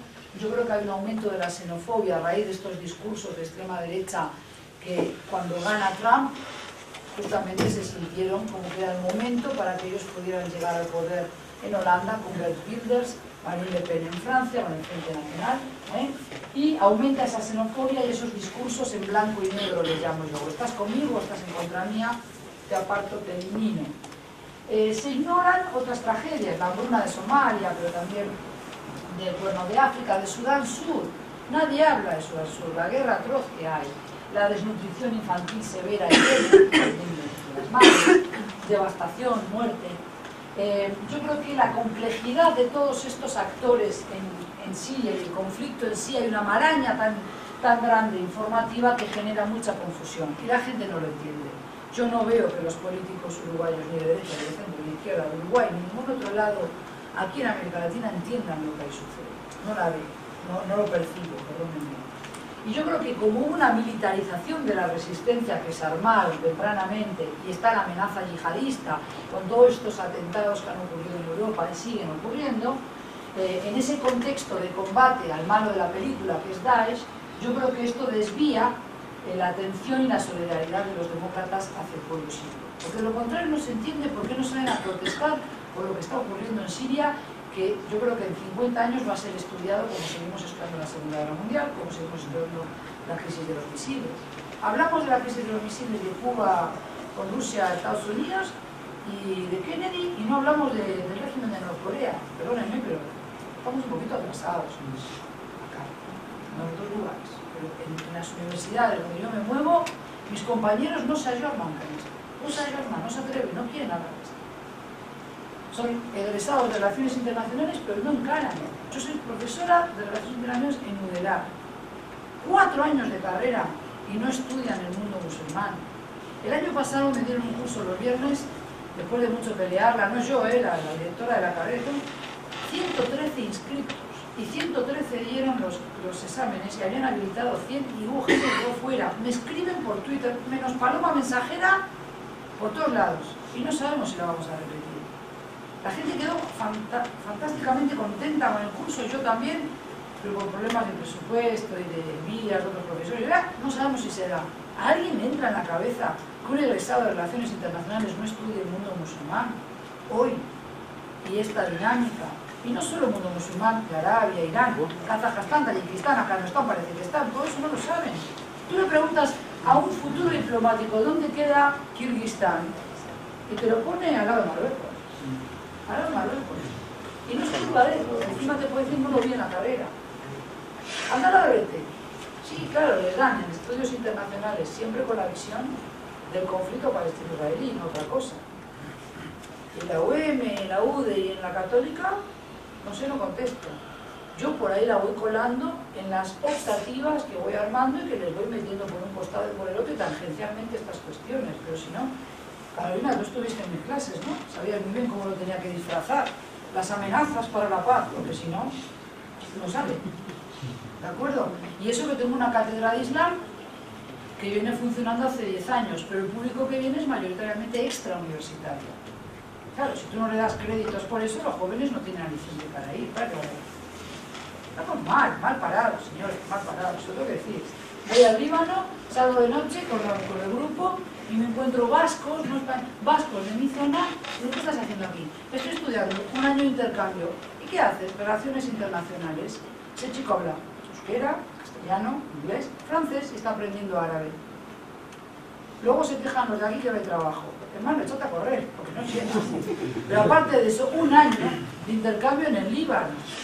Y acá ninguno me va para allá. Pero no porque el chico o la chica no quiera. Yo puedo tener valientes que vayan, que son de esos 18 que capté, los 2 puntos que agarré, por decir todos cariñosamente. Van a la estructura y dicen, no tenemos acuerdo. No interesa. ¿Sí? Bien, y así vamos como vamos. ¿De acuerdo? Pero hay una apatía en este tema. Y yo creo que es porque no se comprende. Se desconoce la evolución también que han sufrido los partidos baacistas de Irak y de Siria. Hubo un baacismo que era un movimiento de los años 40, que buscaba también la independencia de Francia y demás, pero que también tenía un fuerte postulado secular. Eran muy laicos los dirigentes de ese movimiento baacista. Eran, porque luego fue evolucionando y dejó de serlo. Sus logros sociales en los 60, en los 70, recién conquistada la independencia. Acuérdense que Egipto se independizó en el 52 y a raíz de la revolución de independencia de los oficiales libres de Egipto, con los oficiales libres, como en Turquía antes, bueno, ahí surgen los procesos de independencia en el mundo árabe-islámico. Pero Argelia se independizó en el 62. Son países muy jóvenes a la búsqueda de un proyecto de identidad. En el 60, en el 70, estos militares que alcanzaron el poder porque fueron el único estamento profesional, armado, con disciplina para llevar adelante la revolución, Obviamente que dedicaron tiempo y esfuerzo a educar a su gente, fueron logros importantísimos, pero eso fue cambiando, y hace mucho tiempo que el nacionalismo y el progresismo árabe murió. Hubo un cambio en los años 80 y eso yo creo que los místicos, los románticos de la izquierda en Europa como acá, no lo han percibido. Se adoptaron políticas neoliberales y procesos de desnacionalización, cleptocracias y mafias clánicas que dominan Irak y Siria y son repúblicas hereditarias, todo eso, ¿no? El carácter supuestamente laico del régimen de los Assad en Siria, como Saddam Hussein en Irak, es una maniobra de distracción o una fachada. Saddam Hussein llegó a concretar su sueño de armarse un árbol genealógico donde él también tiene linaje hacia el profeta, pavada, ¿no? O sea, no solo soy Susana Mangana, soy heredera de la sangre de María Magdalena. ¿Verdad? Vámonos. No. Esto es lo que hacen ellos, se construyen a medida su árbol genealógico. Bashar al-Assad instrumentaliza a las minorías como recurso político y, por supuesto, como dije antes, se constituyó como en el agitador de la bandera del nacionalismo árabe, el bastión, como digo yo, frente al enemigo sionista. En los hechos ya les dije que no se ha disparado un tiro contra Israel en 44 años, ¿de acuerdo? También su padre, Hafez al-Assad, abandonó a su suerte a los palestinos. ¿Se acuerdan de Septiembre Negro? Cuando el rey Hussein de Jordania, presionado por Israel, tuvo que sacarlos de su país porque utilizaban Jordania para lanzar ataques a Israel. Israel le dijo, o tú los pones a raya o te pongo a raya yo. Y entonces ahí los abandonó a su suerte. Siria estuvo ocupando muchos años Líbano, desde la guerra civil de ese país, y ahí apoyó a movimientos y falanges cristianas a cambio de poder extender su control sobre el Líbano. Y también hay que entender que Rusia, todo esto son las explicaciones que yo encuentro de por qué la apatía de la izquierda en el mundo con el conflicto de Siria. Rusia no es la misma hoy que el régimen soviético, ¿no? Evidentemente. Hoy el régimen ruso se basa en tres pilares: servicios secretos, oligarcas y la Iglesia ortodoxa. La Iglesia que vuelve a tener fuerza en Rusia, en Ucrania. Uno va a Tierra Santa y lo percibe, la gran cantidad de peregrinos, sobre todo mujeres, fieles rusos y de otros países de la ex Unión Soviética que tienen otra vez, que han recuperado esa fe ortodoxa. Eso depende más que nunca de las exportaciones de petróleo y de gas. Por eso las aventuras de Rusia en Ucrania y en Siria le están saliendo muy caras al pueblo ruso. Eso hay que tenerlo presente porque la economía de Rusia no está marchando todo lo bien que quisiera Putin para acompañar sus proyectos imperialistas. Genera mucha confusión para quienes quieren todavía ver una continuidad, un hilo conductor entre el régimen soviético y el régimen actual de Rusia, y sobre todo también para aquellos que defienden al régimen de Bashar al-Assad. Todo esto, si me permiten, es una vinculación que tengo para explicar por qué la izquierda a nivel mundial no se ha movilizado lo suficiente por una causa como la Siria. Finalmente, las reflexiones, ya vamos terminando finales. Yo creo que no hay una solución militar para el conflicto. El régimen de los Assad ha recuperado el control en Damasco, en Alepo, en Hama, pero no sabemos qué pasa en Idlib, mucho menos en el este del país. O sea, en la provincia de Idlib directamente sabemos lo que pasa. Están los grupos de oposición, están los yihadistas que a veces están trabajando juntos y a veces se pelean entre ellos. Los kurdos controlan la zona norte de Bir al-Zohri, al-Hasapi, se llama, en el norte de Siria con la frontera sur de Turquía. Al-Assad solo va a poder recuperar el control de todo el país si se lo permiten dos países, Rusia e Irán. Aquí el gran jugador es Rusia. Y Rusia no quiere ponerse a males con Irán porque lo necesita. ¿Por qué lo necesita? Porque Rusia bombardea, pero ¿quién tiene las botas militares en el terreno? Los soldados, Irán. Y se necesitan mutuamente. Hay dos procesos de negociación en curso, uno llamado Ginebra, que es comandado por Naciones Unidas, Estados Unidos y la Unión Europea, con Stefan de Mistura como su delegado, y el de Astana, la capital de Kazajstán, capitaneado en un esquema tripartito por Rusia, Irán y Turquía. Es Vox Populi que el proceso de Ginebra, que se reunieron hace 2 semanas también, no sirve para nada, está muerto y enterrado. No lo dicen oficialmente, pero oficiosamente en medios académicos y analistas que yo sigo políticos me dicen, sí, Susana, no va a salir nada bueno de ahí, está muerto y enterrado el proceso de Ginebra. Lo que están intentando negociar son soluciones limitadas, pero en ningún caso nos están diciendo qué van a hacer con el problema mayor que tienen unos y otros para entenderse y ponerse de acuerdo, que es qué hacer con el régimen de Al-Assad. Sin embargo, ya sabemos lo que piensa Estados Unidos. Trump ha dicho a través de sus voceros en Naciones Unidas, la embajadora Haley, pero también su secretario de Estado, Rex Tillerson, no es prioridad sacar al Assad del poder. ¿Y saben qué les digo yo? Ahora ya no conviene sacarlo. ¿Por qué? ¿Sacarlo qué? ¿De qué serviría? Así hicieron con Saddam Hussein, sacaron al malo de la película, desmantelaron todo el sistema, todo el aparato de poder de Saddam Hussein y se generó un caos, y siempre que hay un vacío viene alguien a llenar. Eso no nos conviene en Siria a estas alturas. Yo creo que Obama, como dije antes, actuó de una manera timorata. Si quieren, yo no suelo ser de insultar en este tipo de presentaciones, pero algunos lo califican de hipócrita en el mundo árabe, porque no estuvo dispuesto a embretarse en el conflicto de Siria y tercerizó, subcontrató la solución a los rusos. Bueno, la pregunta nos quedará en el aire. ¿Sabían los rusos que iba a atacar ese ataque tan atroz de armas químicas que murieron en 88 en abril? Bueno, yo creo que fue una provocación a Trump para ver cómo iba a reaccionar. Yo creo que hay una realidad que tenemos que tener en cuenta y sopesar. La administración de Trump no logra despegar, está demasiado enfrentada al caos, al desconcierto. Los estadounidenses se están enterando hoy que tuvieron muchos y muy numerosos contactos con los rusos, posibles casos de espionaje o de revelar secretos de Estado a los rusos, y eso está manchando a la administración de Trump. No le salió bien la jugada con el Obamacare, no le salió bien la jugada con los vetos migratorios, con lo cual se encuentra un frente de oposición interna en el país, y esa administración ahora no logra tomar vuelo, ¿no? Y ya les dije que Rusia no está interesada en oponerse a los iraníes, porque son los que tienen desplegadas tropas en Siria, y para Irán, en cambio, es importante consolidar su presencia y el control de los satélites, es decir, de Hezbollah, de los hutíes en Yemen, Hezbollah en el Líbano. Es parte de su estrategia seguir teniendo ahí una pata metida en estos países árabes, países vecinos, países adversarios, pero es su entorno próximo. Y yo creo que otro error que comete Occidente es seguir pensando de Irán en clave religiosa. Hay que pensarlo como un poder nacionalista sumamente fuerte. No es por el lado de la religión que tenemos que seguir buscando una solución a estos problemas. Ahí tenemos a esa media luna chií enfrentada al eje suní, ¿sí? Una media luna chií, está un poquito aquí la imagen, pero es desde Líbano, pasando por Siria, pasando por Irak, Irán y bajando hasta Yemen, enfrentados al resto de la coalición de países capitaneados por Arabia Saudí. Recuerden ustedes que son 54 o 55 países musulmanes, la inmensa mayoría son suníes, porque el resto son chiíes. Bien, los intereses rusos, ayer el compañero hablaba del puerto de Tartus en el Mediterráneo, que han renovado ahora recientemente el contrato, la concesión de ese puerto por 99 años más. O sea, un siglo. Un siglo más los rusos están tranquilos que tienen parte de su flota naval apostada en el Mediterráneo, como también le interesan los nuevos proyectos de oleoductos y gasoductos que proyectan. Por ejemplo, también es interesante saber que hay un país, un jugador importante aquí en el Mar Caspio, como es Azerbaiyán, que tienen proyectos con Turquía, con Rusia, de intentar crear nuevos oleoductos para evitar, digamos, un pasaje por otras zonas y acortar distancias y llegar a Europa, ¿sí?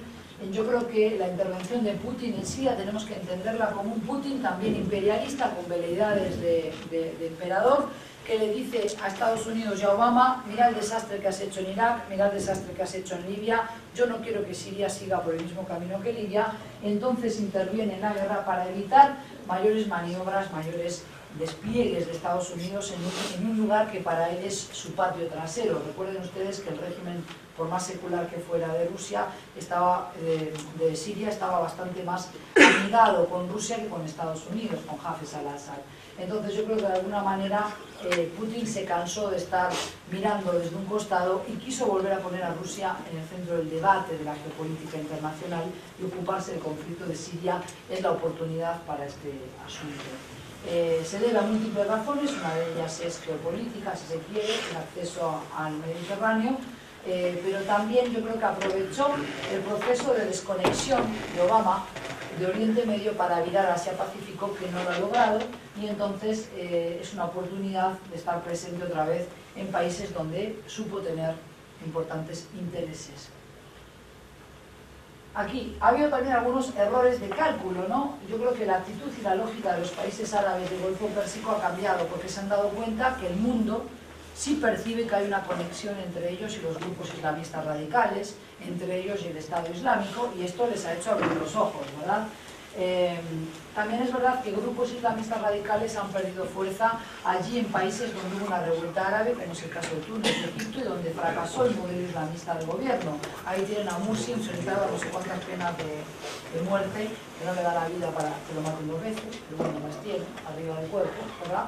Y yo no digo, lo destaco en mayúscula, no puedo afirmar que Qatar o Arabia Saudí hayan financiado en tanto que Estado, en tanto que régimen oficial, a Daesh, pero sí hay prueba suficiente de que el gobierno qatarí apoyó y apoya al grupo como Jabhat al-Nusra, excluido de Al-Qaeda. También creo que Turquía se equivocó, calculó mal, subestimó lo que podía ser el peligro de Daesh y solamente se dio cuenta cuando le volaron el aeropuerto de Estambul, pero no hizo una lectura correcta de la evidencia y mantuvo una política de fronteras abiertas tanto para el paso de personas como de bienes de este grupo en su país, y esto le ha traído los resultados que le ha traído. Y Daesh, es interesante constatar, esto ya llevo tiempo viéndolo, que se diseminó en una zona muy rural como es Deir al-Sur, pero no logró diseminarse en Alepo. ¿Por qué? ¿Por qué Daesh no logra aprender con su discurso en lugares, en algunos lugares y en otros no? ¿Por qué? O sea, ¿por qué en algunos sí y en otros no? ¿Acaso será que no son musulmanes en los residentes de esas localidades? Interesante dato. Allí donde hay una jerarquía, una estructura islámica bien establecida, Daesh no logra convencer, porque hay quien le haga fuerza de resistencia. Pero allí donde hay marginados, allí donde hay pobreza, donde hay miseria, donde hay zonas rurales sin cultura, prende la llama el chisporroteo de Daesh. Y eso es importante tenerlo presente, porque acá a nivel de Latinoamérica, esto lo puse para ustedes, parece que según informes de Al Jazeera, jóvenes de Trinidad y Tobago, también de esa sociedad marginada, se han alistado en filas de Daesh. Así que bueno, este sentimiento de marginalidad en algunos lugares, como es el caso de Irak, aumentó por el destrato y el ninguneo que el primer ministro iraquí, el primero que hubo, dispensó a los suníes y a los baathistas en la era post-Saddam, en el Irak post-Saddam, ¿de acuerdo? Entonces yo creo que esto es importante tenerlo presente. Daesh prende allí donde hay una necesidad de revertir injusticias o donde la gente se siente descolgada de la sociedad en la que vive y busca expiar esas culpas, busca de alguna manera la revancha. Bueno, esto lo dirán ustedes que se puede hacer desde aquí, esto es más para todo el público, pero quédense con esta fecha del 20 de junio y 28 de junio a las 19 horas en la Católica. Estoy armando con un colega vasco también que ya vive en Uruguay, trabaja en la Católica. Estamos armando una serie de actividades donde vamos a tener como foco los refugiados. El 20 de junio es el Día Internacional del Refugiado y trabajando en la Universidad Católica no podemos dejar pasar la oportunidad de mostrar un poquito más de solidaridad con este asunto. Son todas de libre acceso gratuitas. La conferencia va a ser una mirada desde lo global y lo local, con 3 voces en el panel. A partir del 28 serán encuentros ese día con el testimonio de refugiados residentes en Uruguay, algunos serán africanos, otros latinoamericanos, algún sitio va a haber. Y también va a haber una expo de fotografías e infografías del Servicio Jesuita de Refugiados, que tiene muy buenas fotos de Sudán, de toda África, pero hemos elegido las de Sudán Sur para mostrar, para dar a conocer ese conflicto en los bajos de la Católica, en el edificio central, y una infografía muy buena sobre cómo afecta el tema de los conflictos a las personas, al medio ambiente, a los estados, con videos y demás, y con toda una carga de datos muy importante que lo realiza un tal Óscar Laguarda, se lo conocen de San José. Así que bueno, van a ser como 4 actividades que hacemos durante el mes de junio y se van a extender las exposiciones de fotos hasta agosto para concientizar también al pueblo uruguayo de esta problemática que es mundial, pero que tiene sus repercusiones también a nivel regional y local, ¿no? Bueno, yo lo dejaría por acá, tengo rollo para más, pero me parece que ya veo gente inquieta. Estamos en algo más de casi 2 horas hablando, pero no llegué tarde. Con mucho gusto atiendo consultas, preguntas. A ver, Márquez, todos sus apuntes que estás sacando, ¿me vas a copiar las clases o qué vas a hacer? A ver, te veo ahí, chun chun. tírame una pregunta cruzada ahí, a ver. A Dios gracias, cuando tú estabas en la cuna, yo ya estaba estudiando esto. Oh, claro, Pero aparte de eso, te quería felicitar, por supuesto, por haber desmentido a don José Ortega y Gasset, que había dicho en su libro El Espectador, que toda ponencia de más de 40-45 minutos atenta contra la concentración de los que oyen. Has demostrado que no es cierto eso. Y has producido un pequeño milagro con cantidad de apreciaciones que dirán otros y yo simplemente respondo a lo dicho, nada más que eso. Y por supuesto tengo muy buenos apuntes de todo lo que discrepo y de lo que me un interesa. curso conmigo para que podamos poner una conferencia a 2 voces, capaz que podemos no estoy gracias. Sí, no estoy gracias. Cómo no. Con mucho gusto respondo preguntas porque la idea, yo sé que todos escuchan, es una carga de la pero la idea es que planteen retos, que planteen también preguntas, porque ustedes tienen otra apreciación, tienen otro entrenamiento que yo no tengo en cuestiones de terrorismo, de estrategia, de combate, que yo no puedo apreciar quizás como ustedes, ¿sí? Mucho gusto, soy Coronel Sazón, soy alumno del curso superior de comando aquí en la escuela. Precisamente uno de los temas que estamos preparando la tesis en 2 grupos es el tema de la intervención de Estados Unidos en Siria, así como la intervención de Corea del Norte. No sé si es una pregunta, voy a cerrar un poco con un concepto mío. Usted hoy lo mencionaba, el cómo Israel estaba mirando un perfil muy bajo de costado este conflicto, y a mí poderosamente me llama la atención la no cooperación con su aliado máximo, que es Estados Unidos, en este conflicto. Mi pregunta es, ¿eso porque puntualmente el Estado Islámico no ha tenido una intervención directa, ya sea con sus lobos solitarios o con un ataque terrorista en territorio de Jerusalén, o es simplemente porque quizás por mandato de Estados Unidos mandaron a decir que hace con tu conflicto con Hezbollah por un lado? Sí, yo creo que el Estado Islámico, gracias por la pregunta, me voy a sentar unos minutitos. Yo creo que el Estado Islámico no tiene la capacidad de operar por ahora, al menos. No es que no tenga la capacidad, porque es que se necesite mucho más allá de una persona que diga esto lo hago por el Estado Islámico, pero yo creo que hay que entender que el conflicto palestino-israelí y el terrorismo que se practique allí por parte de grupos palestinos está muy circunscrito a la causa palestina. Yo creo que ellos saben bien, sus líderes saben muy bien que embarcarse en esta lucha con el Estado Islámico les resta apoyos internacionalmente. Benjamín Netanyahu lo intentó allá por el mes de enero pasado. Hubo un palestino que arrolló con su camión a 4 soldados y dijo que era una acción del Estado Islámico. Salió rápidamente el entorno del palestino, su familia, sus conocidos, a decir que no era por el Estado Islámico que lo había hecho, sino, como siempre, por el nivel de hartazgo, de injusticia que viven los palestinos bajo la ocupación. A mí me parece que no es que esté mirando desde lejos, o sea, está actuando en la sombra, pero evidentemente no quiere estar otra vez en el ojo del huracán participando activamente en el conflicto de Siria. Si le conviene o no que continúe Bashar al-Assad, que llegue, o sea, la alternativa ¿cuál podría ser? Si la alternativa va a ser hermanos musulmanes o un grupo radical islamista, no le conviene a Israel, evidentemente eso no lo quiere, prefiere seguir con lo malo conocido, como digo, porque ya tienen unas bases de trabajo en común, ya saben cómo manejarse con eso, ¿verdad? Lo que no quiere es un grupo que le dé alas a Hamas, que le dé aliento y apoyo a Hamas, aunque peligrosamente la existencia de Hamas y que sea un grupo que pueda hacer frente a Israel le conviene al ejecutivo israelí, porque los dos pueblos se alimentan, Es decir, Hamas, mientras exista la amenaza de Hamas para el ejecutivo israelí, existe justificación para sitiar Gaza, para seguir ocupando la franja, o sea, para seguir ocupando Cisjordania. El 63% de Cisjordania está ocupada. Entonces, al contrario, darle alas al Estado Islámico para que siga desestabilizando la región y de alguna manera se tenga miedo al Islam radical es redituable para el régimen o para el gobierno de Netanyahu, porque de esa manera coloca a todos los palestinos bajo la bandera, miren lo que es el Islam. Estos locos son los que ustedes dicen que yo tengo que negociar con ellos. Creo que esa es una de las respuestas. Sí. Capitán Sierra. Es una pregunta vinculada, no es directamente sobre el tema. Usted dijo que va a abrir una mezquita en Chuy, a muy pocos metros de la frontera uruguaya. Me dijeron que había abierto, pero no he podido comprobar todavía si no se va abrió. a abrir.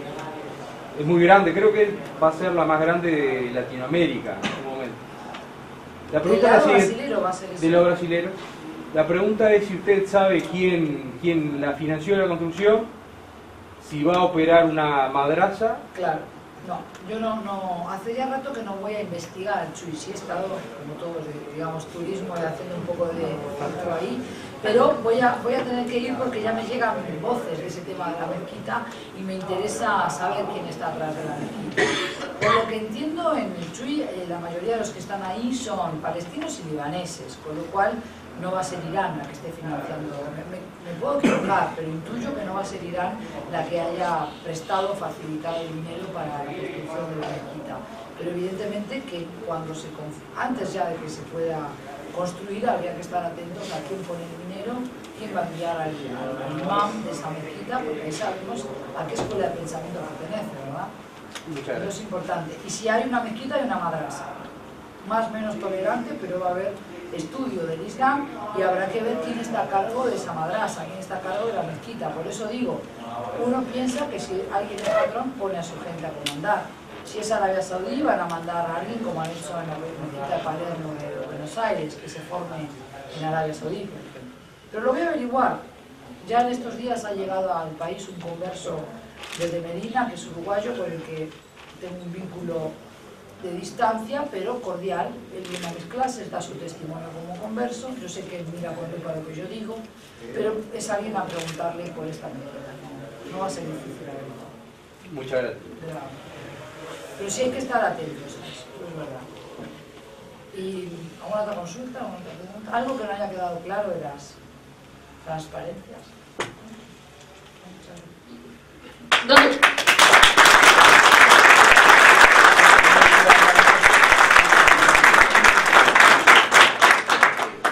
Dando por finalizada la exposición, el director de la Escuela de Comando y Estado Mayor Aéreo, coronel aviador Leonardo Levigini, hará entrega de un diploma y impresión institucional.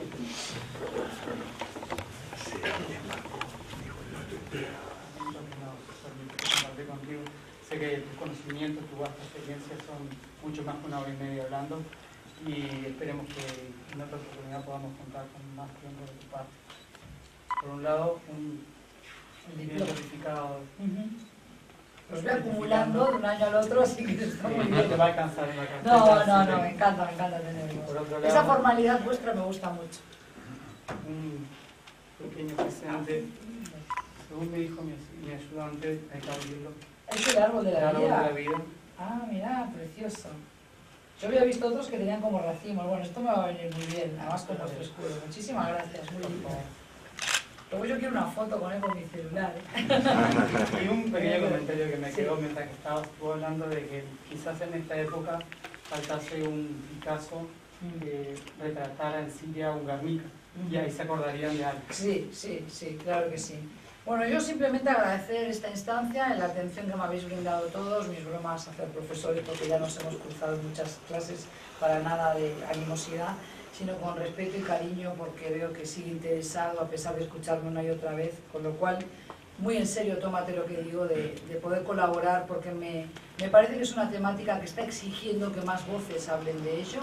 Agradecer mucho la sensibilidad que ha tenido con él Bengini, nunca sé si es Bengini, porque es italiano, entonces bueno, yo a lo castizo lo he pronunciado mal, pero agradecer la sensibilidad que tuvo cuando le planteé, nada más conocerlo a fines del año pasado, la necesidad de volver aquí a la tema con una temática que creo que sabéis todos que es muy vigente y que, como él bien dice, no es porque yo sepa mucho más, pero quizás es porque es algo que me dedico a estudiar todos los días y he tenido la oportunidad, la fortuna de poder viajar, residir en esas zonas, pero también de seguir viajando por cuestiones de estudio, de congresos académicos sobre todo, y mi ánimo es descifrar esta maraña informativa para que también muchas más personas en Uruguay puedan comprender lo que allí pasa. Porque yo creo que solo conociendo al otro es que podemos fehacientemente desterrarlo, odiarlo o quererlo y aprender a convivir con él, que es de lo que se trata. Muchísimas gracias, entonces.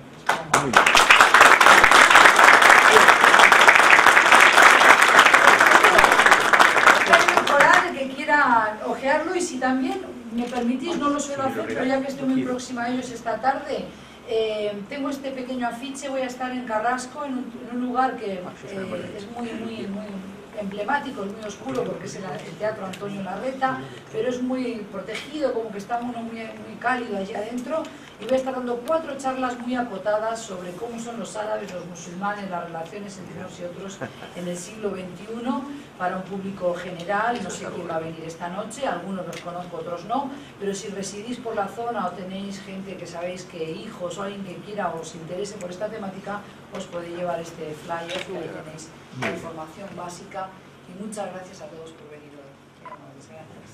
Gracias.